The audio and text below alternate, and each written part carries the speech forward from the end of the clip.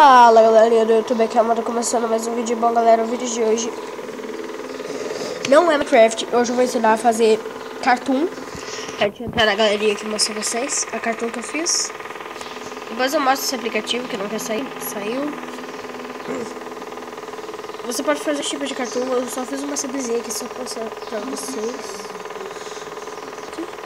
Espera um pouquinho. Fiz essa daqui, ó. Para o menino, que esse menino.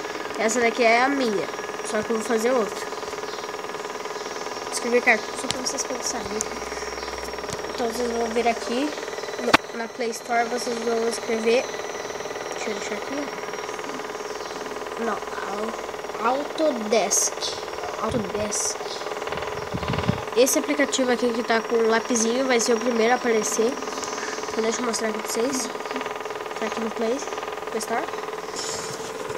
Play Store. O meu já tá aqui, Autodesk.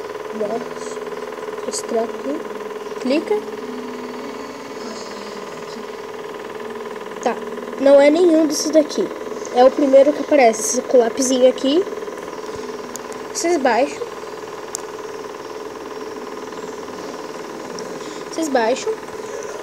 Daí vocês podem fazer cartão aqui, ó. Você vai desenhando do jeito que você quer a cartoon. Isso daqui é só um exemplo, fazer qualquer desenho. Mas é só para ensinar vocês mesmos a fazer a cartoon.